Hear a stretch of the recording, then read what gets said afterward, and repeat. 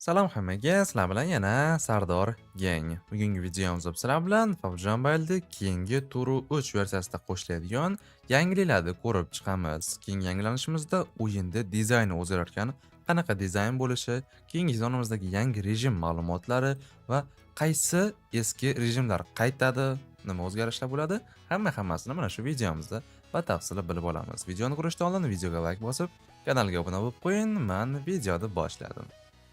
I with a gang, gang, gang, gang. Niggas gon' swoop. Я приму статью, money. Xo'p, bo'lmasam videomiz boshlandi. Videoni boshida mana Turu 3 beta versiya turibman.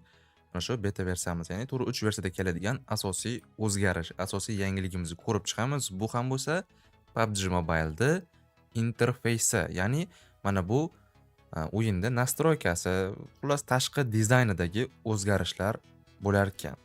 Masalan, o'zi ko'rishlari mumkin, boshlash tugmasi, mashq turishi, druzilada joyi, profil, kolleksiya, tepadagi joylar va tadbirlar joyi ham boshqacha ko'rinishda turibdi. Bu degani keyingi sezondan boshlab mana shunaqangi yangicha dizayn qo'shilar ekan. Bu dizayn nafaqat lobbida, balki nastroykalarga kirganingizda ham mana shunaqa tarzda bo'ladi. Mana oq ko'rinishda, balki o'zgartirishar, lekin katta ehtimol bilan mana shunaqa oq bo'ladi.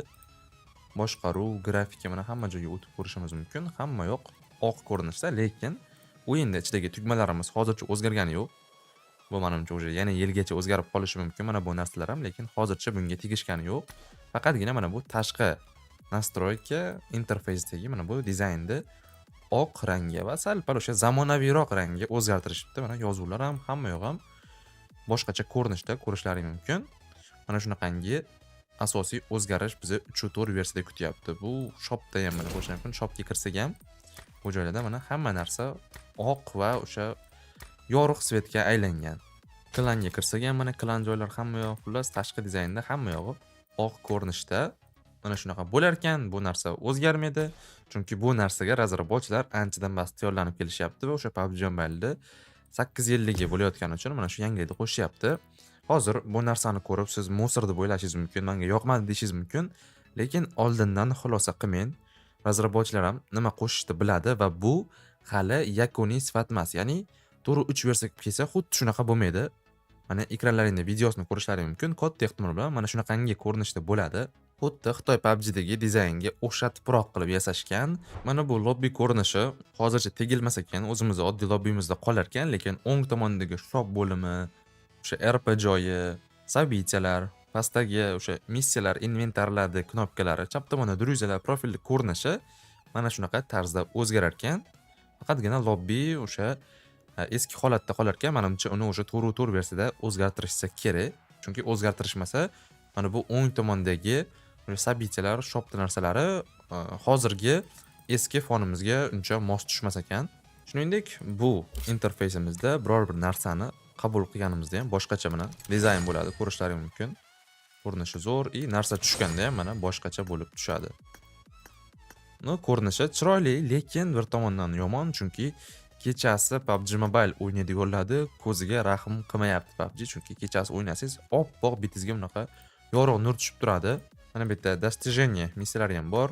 Достижение joyi ham mana oppoq, qaranglar, ekran prosta oppoq, balki qora va yorug' rejim qo'shishar. Bunisi aniq emas, katta ehtimol bilan qo'shishmaydi, lekin mana shunaqangi oq interfeys bizni keyingi sezonda kutyapti. Mana statistika joylari, karyera natijalari, kolleksiyalar bo'limiga afsuski kirib bo'lmaydi beta versiyamizda. Mana bu joyda mana titullarimizni ham, boshqa narsalarimizni ham ko'rishimiz mumkin. Xullas, mana shunaqangi yangi interfeys bizni keyingi sezonimizda kutyapti. Qali bu yangi interfeys sizga yoqdimi yoki yo'q?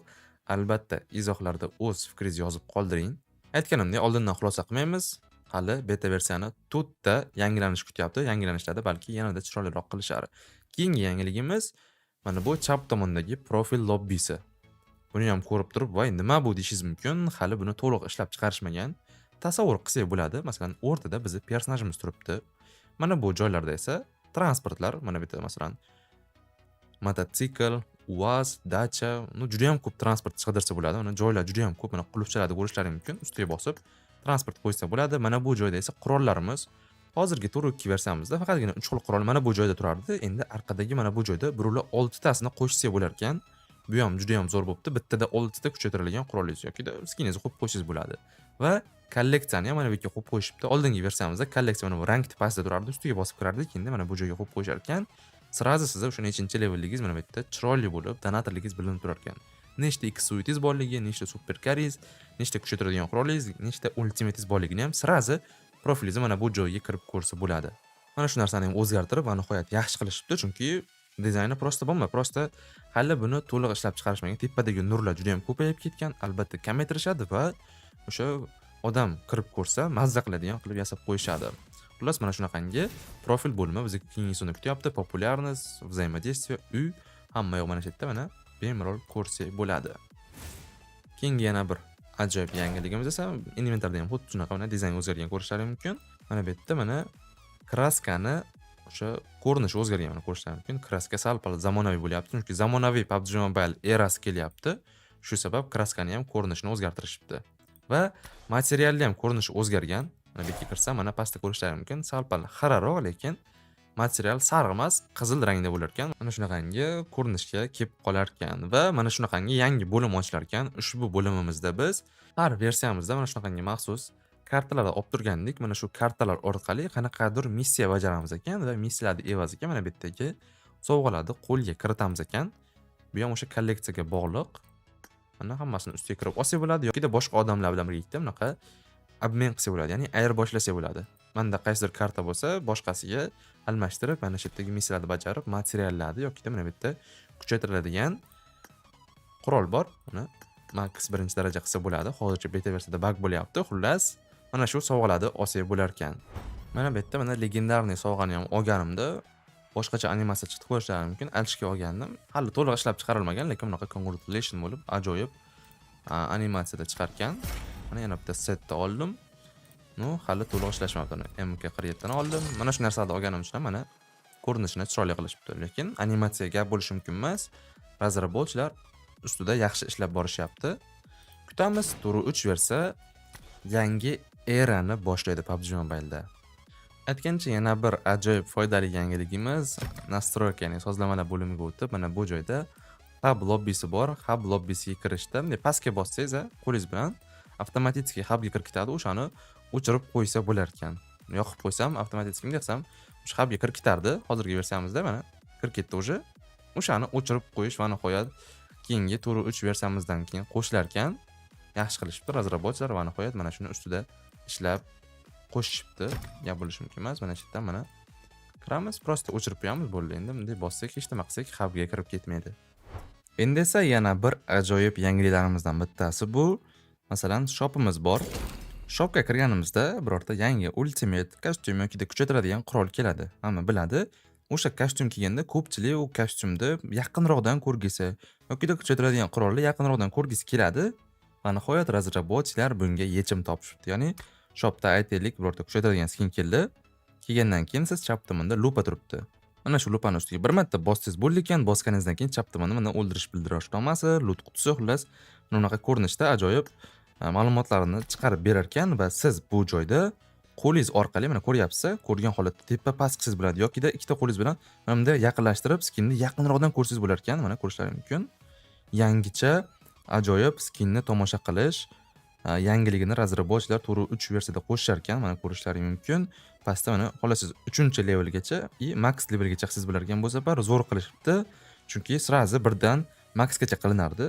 Endi 1, 3 max, ya'ni qurolda har ko'rinishi o'zgaradigan darajalargacha qilib qo'yishdi buni. 3-levelda boshqacha, maxda boshqacha o'zi aslida ham.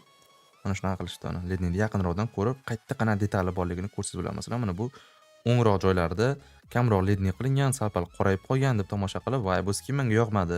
Buni olmayman, yoqmadi" deb ko'rsangiz bo'ladi. Yoki personajingiz ustiga olib borib turib, mana personajingizni yaqinroq yoki uzoqroq tomosha qilsangiz bo'lar ekan. Menimcha bu qo'shilgan eng zo'r funksiyadan bittasi, chunki personajda xolasiz tepa, xolasiz pastki qismlarni tomosha qilsangiz bo'ladi. Yoki mana bunaqangi ultimate kostyumlar ham qo'shilib qoladi PUBG Mobile'ga, ko'pchilik biladi va bu ultimate tomosha qilgisi kelib qolganda o'sha lupaga bosasiz, bosganingizdan keyin bemalol mana yaqinlashtirib turib, "Voy, kostyum normalniy ekan, ko'rinishi yaxshi ekan, fizikasi ham yaxshi ekan" turib, mana qilib xohlaganingizcha mana shunaqa kostyumlarni tomosha qilsangiz bo'ladi. Chunki bunaqa kostyumlarni mana yaqinroqdan ko'rib, qayerda qanaqa detali borligini bilib olsangiz bo'ladi mana. Qo'shnilari ham yaltiraydi, oyoqlari ham normalniy. Xullas, mana shunaqangi kostyumlarni yangicha detalini tomosha qilish funksiyasi bizni keyingi turi 3 versiyada kutyapti ekan, mana emotsiyalarga borib ham yaqinroqda mana ko'rsak bo'ladi.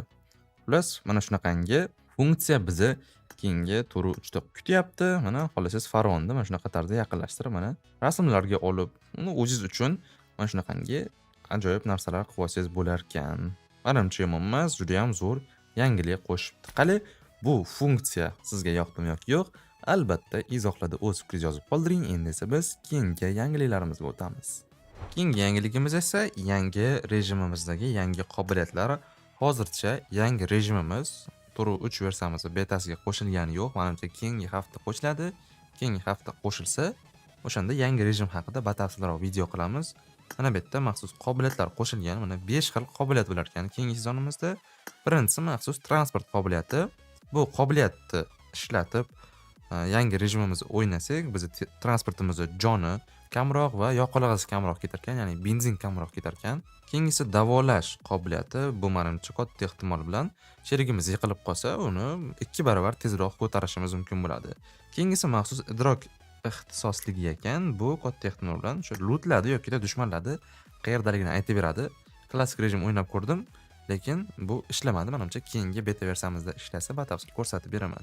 Keyingisi aniqlash ixtisosligi. Bu ham menimcha o'sha dushmanni qayerdaligini aniqlab bersa kerak. Hozircha noma'lum. Keyingisi jang ixtisosligi. Bunda o'ynab ko'rdim. Bunda o'ynaganimizda birorta dushmanni o'ldirsak yoki nok qilsak, yugurishimiz tezlashib qolar ekan. Shunaqangi noodatiy passiv qobiliyat bo'lar ekan. Buni qaysidir knopka bilan ishlatmaymiz.